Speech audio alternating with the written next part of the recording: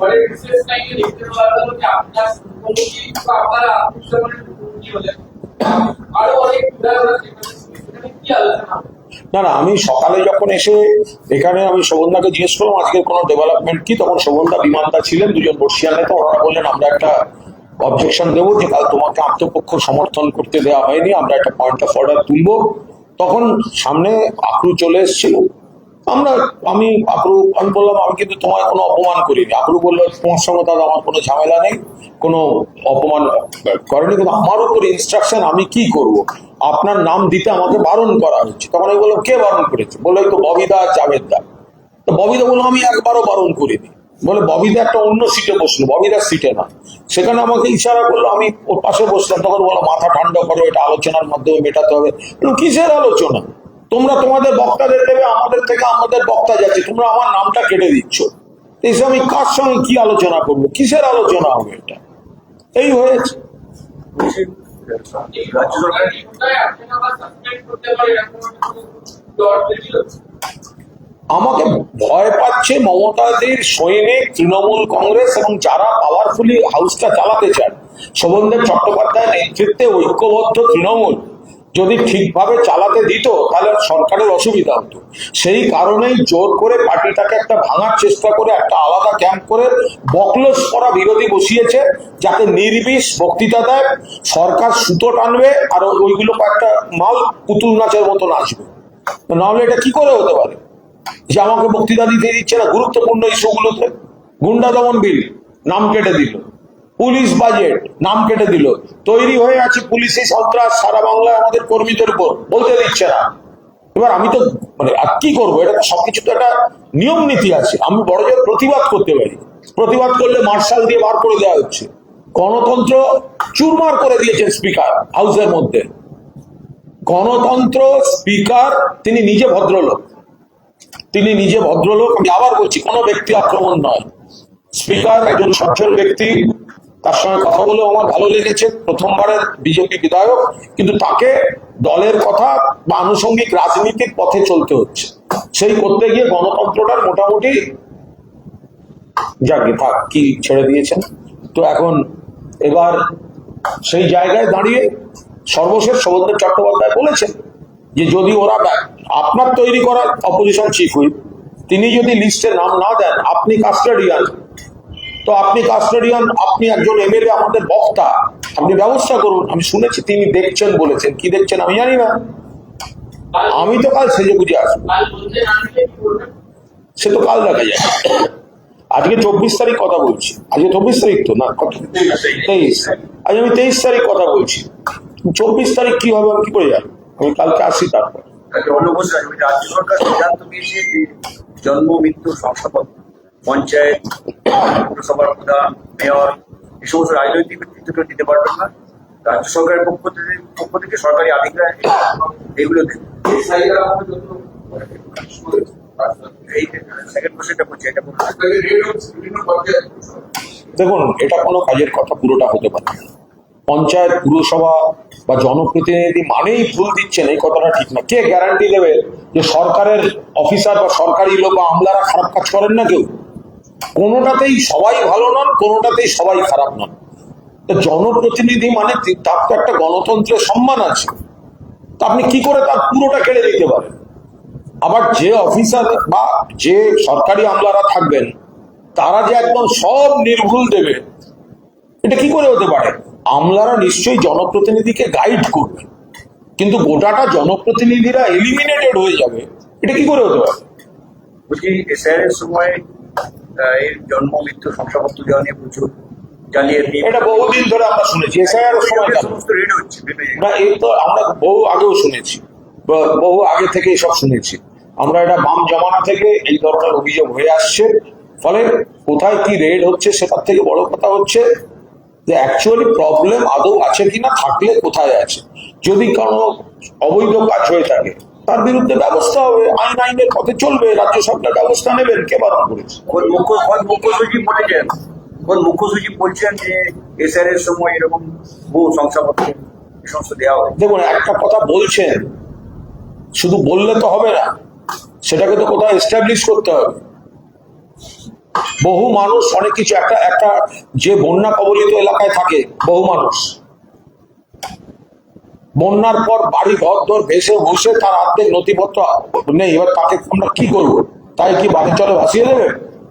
আপনাকে তো কিছু না কিছু লোককে প্রোটেকশন দিতে হবে। অবৈধ অনুপ্রবেশকারীকে কেউ আশ্রয় দেওয়ার কথা বলছে না, কিন্তু সবটাই খারাপ, সবটাই ভুল, এটাও ঠিক না। বিজেপি অভিযোগ করছে যে অবৈধ অনুপ্রবেশকারীদের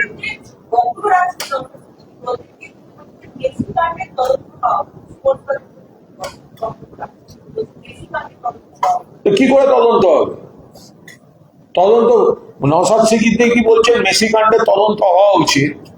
বাবা, মুখ্যমন্ত্রী দাঁড়িয়ে বলছেন তারাতলায় বাড়ি ভেঙেছে, কার সই আছে জানেন? মুখ্যমন্ত্রী নাম করে বলছেন কসবা এলাকা, তিলতলা এলাকায় 80 থেকে 90টা ইলিগাল কনস্ট্রাকশন কার আছে জানেন? তো সবাই তো এখন দেখা যাচ্ছে তারা তথাকথিত বিজেপি স্পন্সর্ড ভালো তৃণমূলে চলে গেছেন। এইসব বড় বড় কথা বলে দাবি উঠে লাভ কি আছে? আলটিমেটলি তো যারা তৃণমূলের সঙ্গে দূরত্ব তৈরি করবেন তারা এই শর্তেই যাচ্ছে যে আমার বাড়তি টাকা হয়ে গেছে, বাঁচতে চাই, বিজেপি তাই। আমি বেআইনি বাড়ি করেছি এতগুলো, বাঁচতে চাই, বিজেপি তাই। আমি বেআইনি অংশের প্ল্যানে সই করেছি, বাঁচতে চাই, বিজেপি তাই। তো এগুলো তো পরিষ্কার হয়ে যাচ্ছে ক্রমশ। অ্যাকচুয়ালি যখন মুখ্যমন্ত্রী বা বিজেপি নেতারা ব্যবস্থা নেব বলে হুমকি দিচ্ছেন, ধরে নেবেন ওটা হচ্ছে মিসড কল। মুখ্যমন্ত্রী যখন এই যে হুমকি দিচ্ছেন না, বা বিজেপি নেতারা ফাইল খুলবো ধরবো, এটা হচ্ছে মিসড কল। অর্থাৎ আপনি যদি বাঁচতে চান আগে শিগগিরই তৃণমূল থেকে সরে গিয়ে একটা অন্য বেঞ্চে বসুন, তারপর দেখবেন তাদের কোনো আর ব্যবস্থা, সিআইডি, পুলিশ, সিবিআই, ইডি কেউ কোনো ব্যবস্থা নিচ্ছে না। ককরোচ জনতা পার্টি কলকাতায় মিছিল করার জন্য তারা পুলিশকে তাদের তো অনুমতি দেওয়া উচিত। আগামীকাল তারা তাদের অনুমতি দেওয়া উচিত। দিল্লিতে যে রাষ্ট্রীয় সন্ত্রাস চলছে, যে কুৎসিত সন্ত্রাস চলছে, ছাত্র এবং নতুন প্রজন্মদের কণ্ঠরোধ করা হচ্ছে, তাদের উপর যে পদ্ধতিতে বিজেপির পুলিশ এবং গুন্ডারা হামলা করেছে, যেসব ছবি আসছে, সে মারাত্মক। তো সেখানে যদি ককরোচ জনতা পার্টি কলকাতায় মিছিল করবে বলে ছাত্র যুবরা যদি অনুমতি চান, 100% অনুমতি দেওয়া উচিত। কেন অনুমতি দেবেন? একসঙ্গে তারা বলছেন যে শিক্ষা দুর্নীতির সঙ্গে যুক্ত নয় এমন রাজনৈতিক দলগুলোকে তারা তাদের ব্যাপার, যারা উদ্যোক্তা তারা কি বলবে, তারা কি করবে, তো তাদের ব্যাপার। বাম জমানাতে শিক্ষা দুর্নীতি হয়নি? বিজেপি রাজ্যে শিক্ষা দুর্নীতি হচ্ছে না? কংগ্রেসের শাসিত রাজ্যগুলো তো মানে কারোর কোনো কোথাও অভিযোগ নেই, হয় নাই কখনো। ফলে যখন যেটা ঘটছে সেটা খারাপ, সেগুলোর প্রতিবাদ হোক, ন্যায় বিচার হোক, কিন্তু কোনো দলই একেবারে আগাগোড়া তার অতীত থেকে বর্তমান পর্যন্ত ধোয়া তুলসী পাতা হয়ে বসে না।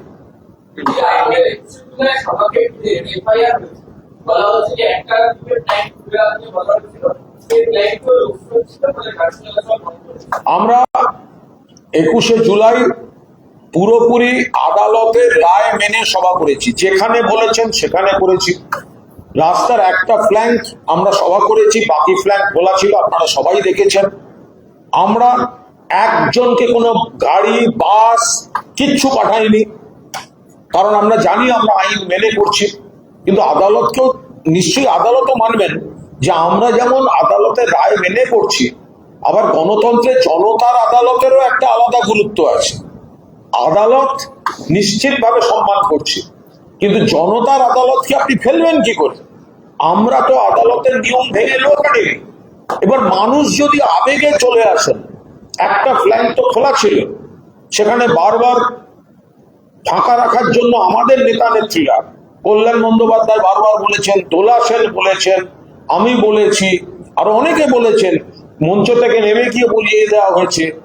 এবং যদি তারপর মানুষ যদি আসতে শুরু করেন, তো সেখানে বাকিটা তো পুলিশের দায়িত্ব। আমরা কি করব? আমরা আমাদের আইন মেনে ক্যাথিড্রাল রোডে কোর্টের অর্ডার মেনে একটা ফ্ল্যাঙ্ক ফাঁকা রেখে আমরা আমাদের মিটিং করছিলাম। এবার যদি এই পুলিশ, এই গদ্দাররা, বিজেপির গুন্ডামি এত খোঁচা মেরেছেন মমতা বন্দ্যোপাধ্যায়কে যে মানুষের আবেগে লেগেছে, মানুষ তারা যদি চলে আসেন, তা আমরা সেটা থামাবো কি করে? ফাঁকা রাখার দায়িত্বটা তো ছিল পুলিশের। এবার মানুষের আবেগকে আপনি কি দিয়ে বাঁধবেন?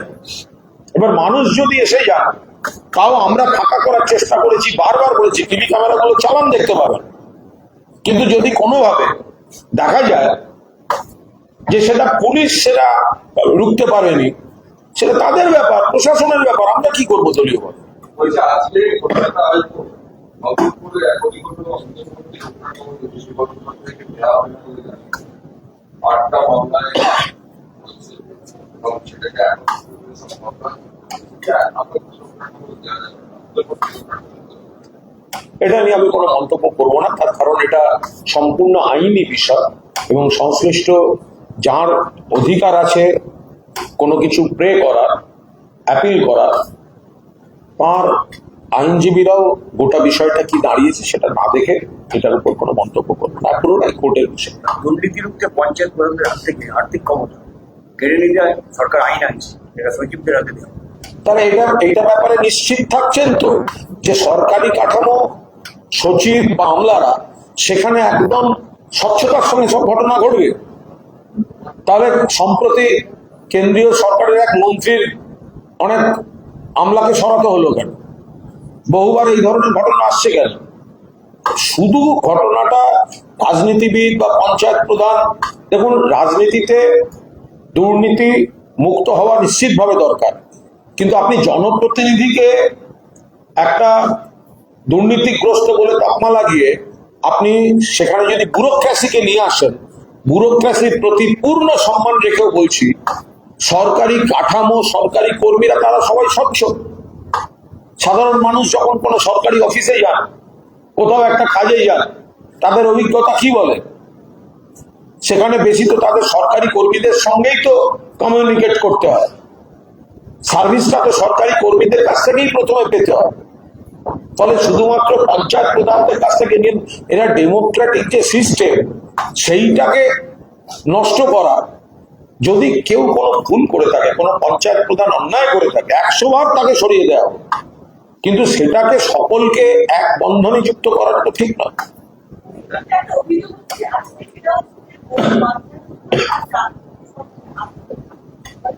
ভয় দেখিয়ে তাদেরকে দূরে রাখা হচ্ছে। এলে ডিম মারবে, পুলিশ মিথ্যা মামলা দেবে। যারা চাপে পড়ে ভয়ে দূরে থাকছেন তাদের হঠাৎ তারপর বলে দেবে ওরা আসছেন না তাই ক্ষমতা কেড়ে নেওয়া, এটা কোনো কাজের কথা? সরকারি আমাদের চাকরি করার ভয় নেই, সরকারি চাকরি করেন তাদের তো সরকারি আমাদের কাদের দেওয়া হয়েছে তাদের নিয়ে আমার কোনো আপত্তি নেই, এবং সরকারি আমলা এবং অফিসাররাও যথেষ্ট দক্ষ, কিন্তু সরকারি আমলাদের সিস্টেমটাও দুর্নীতি মুক্ত 100%, এই গ্যারান্টিটা আপনারা দিচ্ছেন তো? শুধু প্রধান বা জনপ্রতিনিধি বা রাজনীতির লোকদের যে আপনি গালাগাল দিচ্ছেন, তাদের হাত থেকে ক্ষমতাটা নিয়ে, ডেমোক্রেসি, পার্লামেন্টারি ডেমোক্রেসিতে তো পাবলিক রিপ্রেজেন্টেটিভ ফ্যাক্টর, তাদেরকে গাইড করবে ব্যুরোক্রেসি।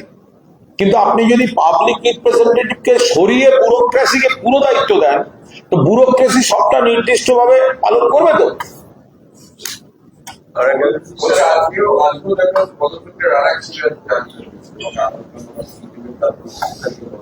দেখুন, মদনদা একটু চাপের মধ্যে আছেন। মদনদাকে যেহেতু তার ইডি ও যেহেতু তার স্ত্রী এবং তার ছেলেদের ইয়ে করেছেন, মানে তলব করেছেন, ফলে মদন মিত্র স্বভাবতই সেই চাপের কাছে নিশ্চয়ই তিনি সেই চাপটা, তাকে আগে পারিবারিক চাপটা কাটাতে হচ্ছে। ফলে এই চিঠি আসার আগে মদন মিত্রের এক ধরনের স্টেটমেন্ট ছিল, এক ধরনের অবস্থান ছিল। এখন যখন সেন্ট্রাল এজেন্সি যখন তার স্ত্রী বা ছেলেদের ডেকেছে, স্বভাবতই তার একটা বাড়তি চাপ তৈরি হয়েছে। ফলে এই চাপটা কাটিয়ে নেওয়াটাই একজন পরিবারের সদস্য হিসেবে তার এখন প্রথম লক্ষ্য। পার্লামেন্টের বাইরে পরিজন সাংসদ বাগদা এদের সঙ্গে আছে, আজকে দফায় দফায় বিক্ষোভ হয়েছে, মুলতবি হয়েছে লোকসভায় বিজেপি পুরোদস্তুর ভাবে কোণঠাসা, এবং নিট থেকে শুরু করে এখন যা চলছে আন্দোলনে দমন পীড়ন, সবেতে গোটা দেশ জেগে উঠেছে এবং বিজেপির সরকারের সমালোচনা করছে। সেখানে তারা কখনো বিরোধীদের ভাঙতে চাইছে, কখনো বিরোধীদের কন্ট্রোল করতে চাইছে, কল্যাণ ব্যানার্জিকে সাসপেন্ড করেছে, তারপরেও তো কল্যাণ ব্যানার্জি আজকে একক শক্তিতে লড়ে গেছে। বরুণ বিশ্বাসের পুনে নতুন করে অভিযোগ দায়ের করা হচ্ছে, পত্রিকাটা অভিযোগে দেখুন, এখন সবাই বুঝতে পারছেন যে একটা কিছু পুরনো রাগ মেটাবার বা রাজনৈতিক একটা রাগ মেটাবার জায়গা হচ্ছে এখন একটা থানা পুলিশ করে দিলেই হলো। তো সুতরাং সবাই দেখতে পাচ্ছেন কবে কি হয়েছে সেগুলো সমস্ত, মানে তারা যে যা ইচ্ছে একটা রাজনৈতিক ন্যারেটিভের উপর দাঁড়িয়ে একটা অভিযোগ করে দেওয়া, যার যার উপর রাগ আছে সে তখন সেটাকে ইয়ে করবে, তাদের হ্যারাস করা। রাজ্য সরকার সপ্তম পেকমিশন এটা তো মমতা বন্দ্যোপাধ্যায় ঘোষণা করে গেছিলেন, নতুন তো কিছু না। সপ্তম পে কমিশন তো মমতা বন্দ্যোপাধ্যায় মুখ্যমন্ত্রী থাকাকালীন ঘোষণা করে গেছিলেন 4% ডিএ, আরো সেটা আনুপাতিক হারে এসে দেখা যাবে যে যথেষ্ট ডিএ বাড়িয়েছেন। এগুলো তো মমতা বন্দ্যোপাধ্যায় করে দিয়ে গেছেন, এখনো সরকার করেনি। সরকার স্ক্যানটি রিপোর্ট পরিবর্তে স্ক্যানটি শুনো যেটা করবেন, যদি রিপোর্ট থাকে করবেন, শুধু দেখে নেবেন। তখন যাদের যাদের ইঙ্গিত করে আছে তারা তৃণমূলের সঙ্গে আছে না নেই, না এখন কোন দলে আছে, বা এখনকার সরকার ক্যাগ রিপোর্টটা পুরোপুরি তৈরি করে প্রকাশ করার আগে সেটা কোনোভাবে, সেটা অরিজিনালি যে রিপোর্ট ছিল সেটা কোনোভাবে এডিট করা হয়েছে কি হয়নি, অর্থাৎ এখন সরকার মানে কোন মানে এই সরকারের তো অনেকে আবার আগের সরকারের সময় ছিলেন। আমি আমি কারোকে কোনো অভিযোগ করছি না, আমি বলছি এটা রিপোর্ট না এখন গত 2 মাসে যখন ঠিকই করা হয়েছে একটা রিপোর্ট প্লেস হবে, তখন অপছন্দের লাইন বা কাউকে কাউকে আড়াল করার থাকলে সেগুলো ভেতরে থাকছে না ভেতরে থাকবে না, সেই সুযোগটা তো সরকার পেয়েছে। ফলে এটা না পুরো রিপোর্টটা সামনে এলে তো বোঝা যাবে না। রাজ্য সরকার কি করছে, নতুন সরকার কি ক্যাগ রিপোর্ট বলতে পারে? আমি জানি না, আমি তো একবারও বলছি না যে রাজ্য সরকার বদলাবে, আমি কেন এসব কথা বলতে যাবো। আমি বলছি রাজ্য সরকারের কাছে তো সুযোগ আছে, সেটা দেখে নেয়। এবার খুব অস্বস্তিকর কিছু থাকলে সেগুলো আসবে না সেটা নিয়ে আমি নিশ্চিত নই। রাজ্য সরকার সিদ্ধান্ত নিয়েছে নতুন সরকার 100% দিয়ে পরিবর্তে তারা ঘোষণা করছে, শতাংশ মেটাতে এবং সেটা সুপ্রিম কোর্টে উল্লেখ করা হয়েছে। কেন সেটা করবেন? মমতা বন্দ্যোপাধ্যায়কে তো টাকা থেকে বন্ধ করে রেখেছিলেন, সেই কারণে সমস্যা হতো। আপনাদের তখন ডবল ইঞ্জিন সরকার, কত প্রতিশ্রুতি, 450 টাকায় রান্নার গ্যাস সব দিয়ে রাতারাতি, তা সেগুলো এখন হচ্ছে না কেন? তাহলে ডবল ইঞ্জিন সরকার বলে মানুষকে ভুল বুঝিয়ে ভোট দিলেন কেন? অন্নপূর্ণা নিয়ে এত সমস্যা হচ্ছে কেন? কিসের জন্য হচ্ছে? যারা লক্ষ্মীর ভান্ডার পেতেন তারা পর্যন্ত আজকে অসন্তুষ্ট হয়ে যাচ্ছেন যে তাদের যা বুঝিয়ে দেওয়া হয়েছিল এখন তাদের ঘুরে বেড়াতে হচ্ছে, তারা পাচ্ছেন না। চলো বাবা তাড়াতাড়ি।